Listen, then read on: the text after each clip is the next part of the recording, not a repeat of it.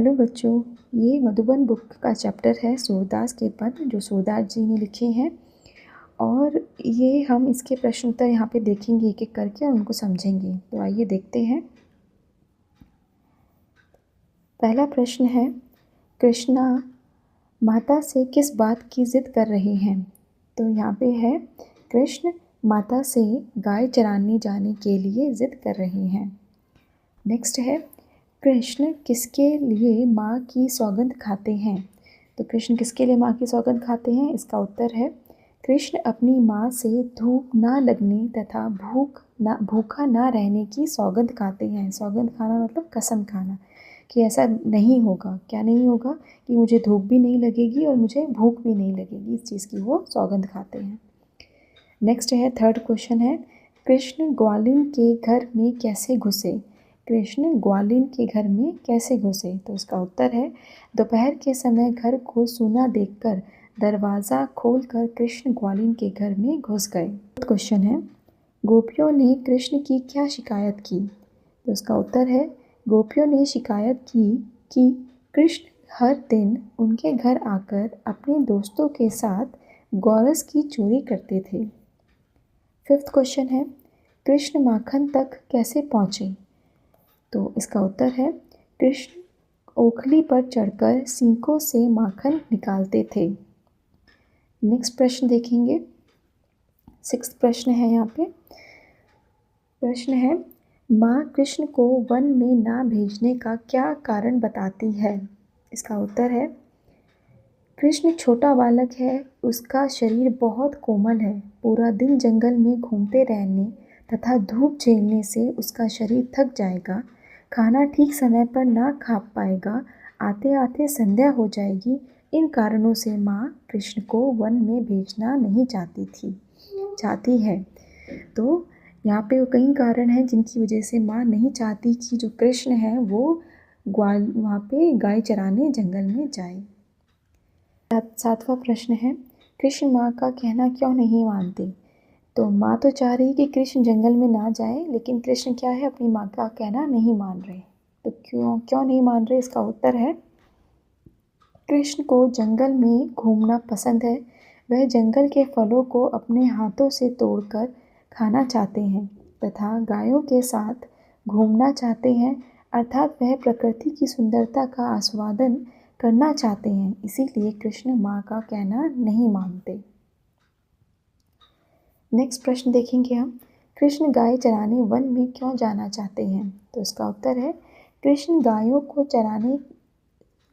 चराने लेने के वास्ते जंगल में घूमना चाहते हैं तथा जंगल के फलों को अपने हाथों से तोड़कर खाना चाहते हैं। इसीलिए वे गाय चराने वन में जाना चाहते हैं। तो क्यों जाना चाहते हैं? क्योंकि वो प्रकृति को देखना चाहते हैं। वो उस जंगल में जाकर फलों को अपने हाथों से तोड़कर, पेड़ों से अपने हाथों से तोड़कर फलों को खाना चाहते हैं। वो उन सब चीज़ों को महसूस करना चाहते हैं, इसीलिए वो क्या जंगल में जाना चाहते हैं। पर माँ तो डरती है कि मेरा बच्चा जाएगा तो कुछ मतलब जैसे धूप लगेगी, भूखा रहेगा, संध्या में शाम तक घर आएगा, परेशान हो जाएगा, ये सब। तो अभी हम नेक्स्ट क्वेश्चन देखेंगे यहाँ पे। ग्वालिन ने कृष्ण की शिकायत किससे और क्यों की? जो ग्वालिन थी जिनके घरों से कृष्ण जी माखन चुरा लेते थे, तो ग्वालिन जो गाय भैंसों का काम करते हैं ना, जो डेयरी का काम करते हैं, मतलब गाय का दूध निकालते हैं, वो सब ग्वालिन बोलते हैं उनको। ग्वालिन उनकी फीमेल जो स्त्रीलिंग होता है वो ग्वालिन होता है। तो इसका क्या है यहाँ पे, तो वो ग्वालिन जो शिकायत कर रही हैं कृष्ण की, वो किससे कर रही हैं और क्यों कर रही हैं, क्या शिकायत कर रही हैं? तो इसका उत्तर है, ग्वालिन ने कृष्ण की शिकायत यशोदा माँ से की क्योंकि कृष्ण के कारण उनके घरों से गोरस की चोरी हो रही थी। कृष्ण और उनके दोस्त दोपहर के समय चुपचाप घर में आकर माखन है पूरा शब्द, माखन और दही चुरा लेते हैं। तो वो कैसे कर रही हैं? कृष्ण की माँ से, यशोदा मैया से वो क्या शिकायत कर रही हैं, किस चीज़ की? कि वो कृष्ण जो है वो अपने दोस्तों के साथ घर में घुसते हैं और गोरस की चोरी करते हैं और माखन भी और दही भी चुरा लेते हैं। लास्ट प्रश्न है ये इसका चैप्टर का। तो लास्ट प्रश्न क्या है? ते ही पूत अनोखो जायो। तो ये लाइन, ये पंक्ति है इनकी, ये सूरदास के पद की जो है उनकी, उसकी एक ये पंक्ति है जिसका अर्थ हम देखेंगे यहाँ पे क्या है। तो इसमें क्या है? मैं ग्वालिन के मन का कौन सा भाव प्रकट हो रहा है। तो इस लाइन से जो ग्वालिन है उनके हृदय में क्या भाव है, वो क्या कहना चाह रही हैं, उनको आप अपने शब्दों में यहाँ पे लिखेंगे। तो क्या है यहाँ पे इसका उत्तर? ते ही पूत अनोखो जायो का अर्थ है कि यशोदा ने अनोखे पुत्र को जन्म दिया है, अर्थात कृष्ण के जैसा और कोई नहीं हो सकता। ग्वालिन के मन में कृष्ण के प्रति प्यार भी है तथा चोरी करने के कारण क्रोध भी है। तो वो ये बोल रहे हैं कि तेरा पुत्र अनोखा है। अनोखा मतलब है कि वो उससे प्यार भी जताना चाहती हैं, उससे बहुत प्यार भी करती हैं, उसकी नटखट हरकतें उनको बहुत अच्छी भी लगती हैं।